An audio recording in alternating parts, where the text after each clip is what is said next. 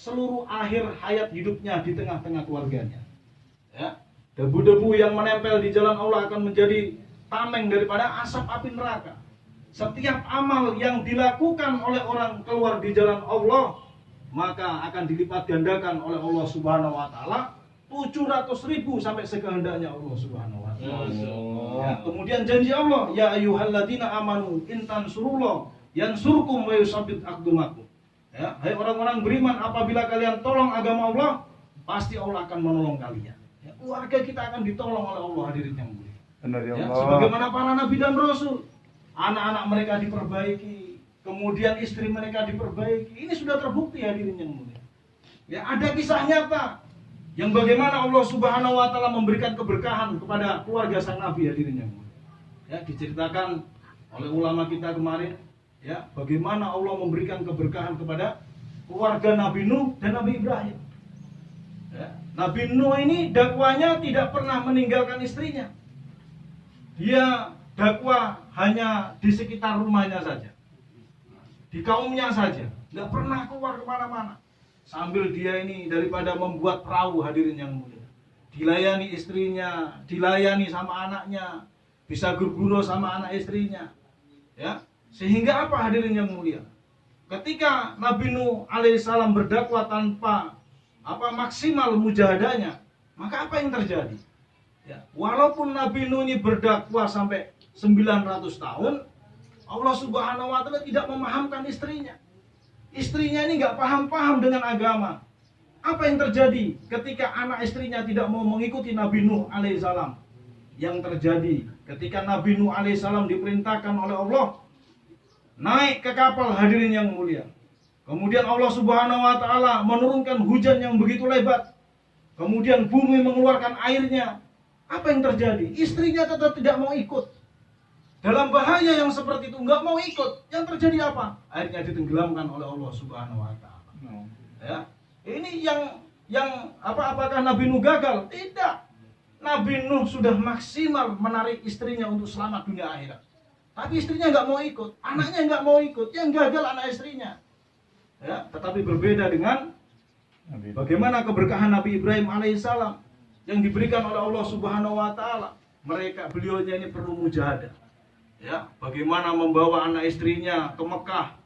Pada saat itu Mekah ini berupa padang pasir yang tidak ada manusia tinggal di sana. Jangankan manusia, iblis pun nggak mau datang ke sana. Karena air nggak ada, kehidupan nggak ada. Ya, ini Allah uji keimanannya masing-masing, hadirin.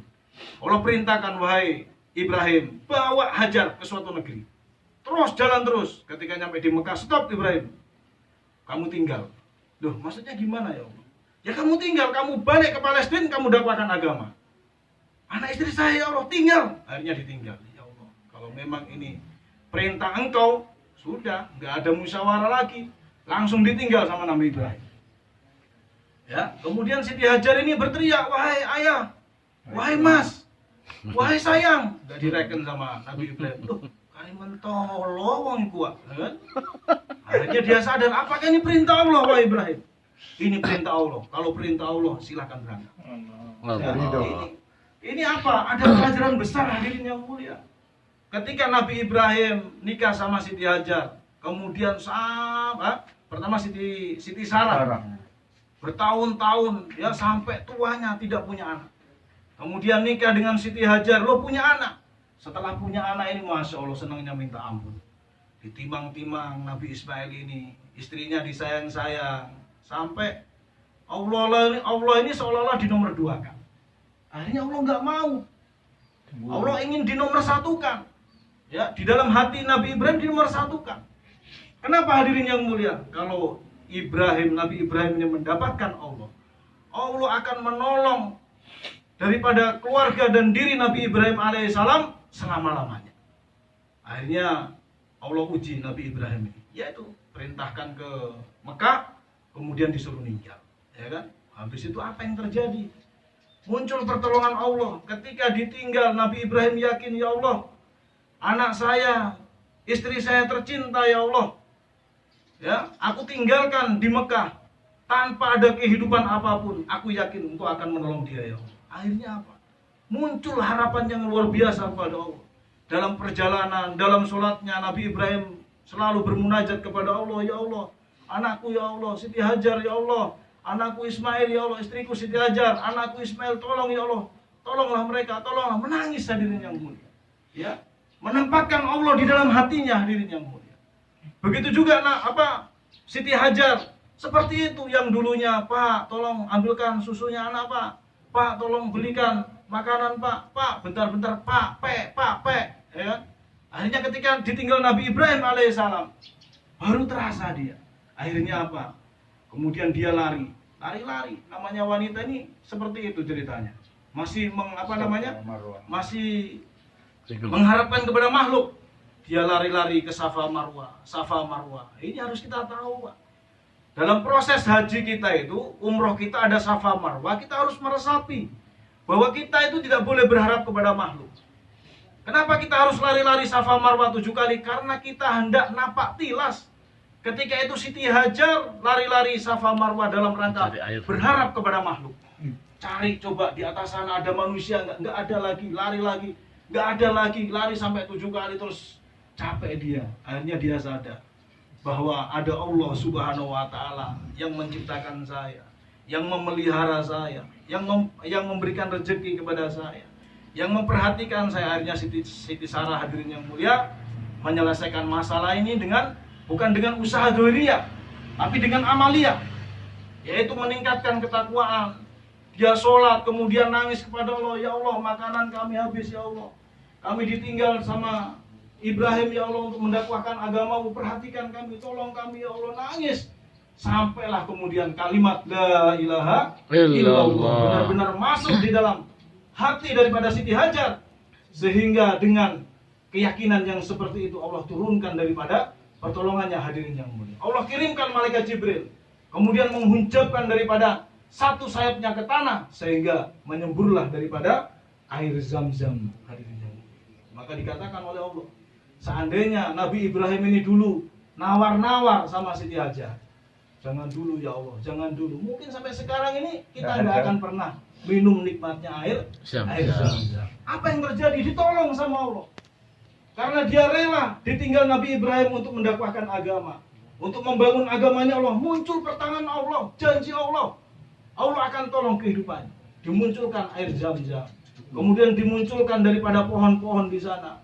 Akhirnya datang kabilah meminta air, airnya melimpah, akhirnya tinggal di sana. Jadilah sampai sekarang Makkah itu banyak orang yang hidup di daerah sana hadirin.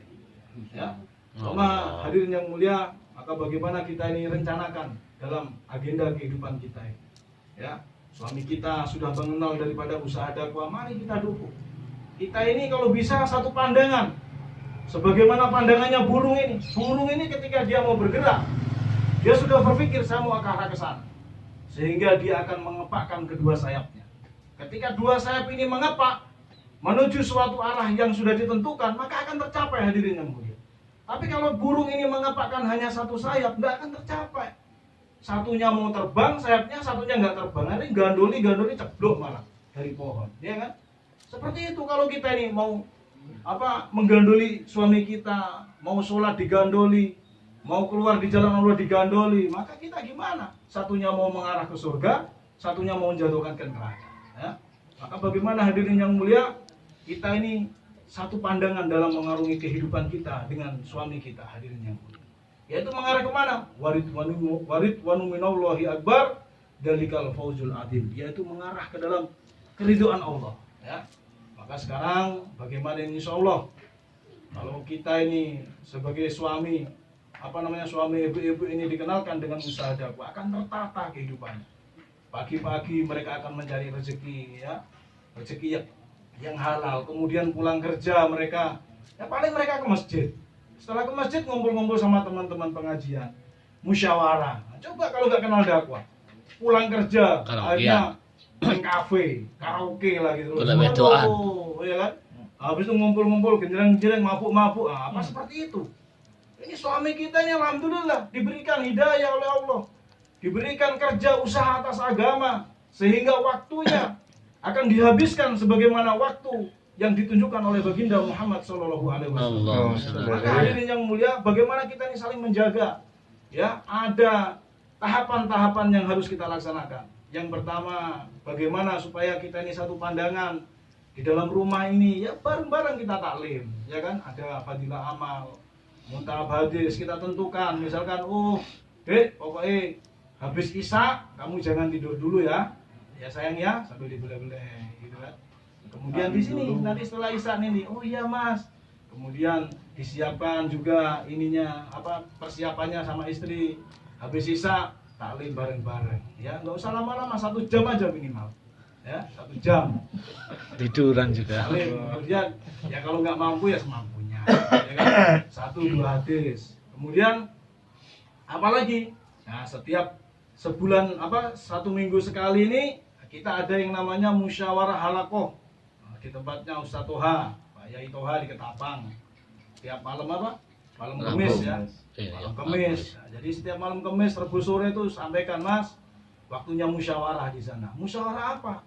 Musyawarah agama di sana. Kita nanti saling menasihati, merencanakan apa yang dilakukan. Kemudian ada malam Sabtu Jari, yaitu malam istimewa, malam ngumpul-ngumpul teman-teman dakwah seluruh Kabupaten Banyuwangi ini malam Ahad. Insya Allah dimulai malam Ahad depan ini disempuh. Maka bagaimana Sabtu sore ini sudah mengingatkan yang dulunya mungkin mas malam minggu mas kita ke Pantai Bum yuk, kemul yuk, ngapain di sana? Nah, sekarang nggak ada lagi.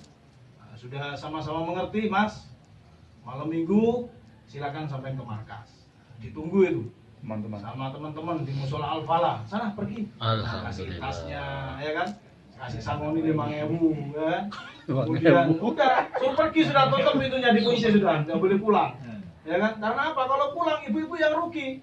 Itu suami ibu kalau malam itikaf, malam istimewa itu itikaf di sana, pahalanya berapa bu? 1 malam itikaf akan dijauhkan dari neraka sejauh 3 parit. 1 parit berapa ya Rasulullah? 1 parit jaraknya bagikan bumi dan langit. Allah. Itu kalau kita malam istimewa keluar di jalan Allah, dikalikan lagi 700.000 sama Allah Subhanahu Wa Taala. Gimana itu? Nah, kalau suami nggak itikaf, rugi ibu-ibu. Ya. Jadi nanti kecantikan saya ini malah berkurang di surga ini.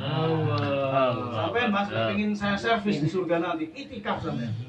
Kan seperti itu.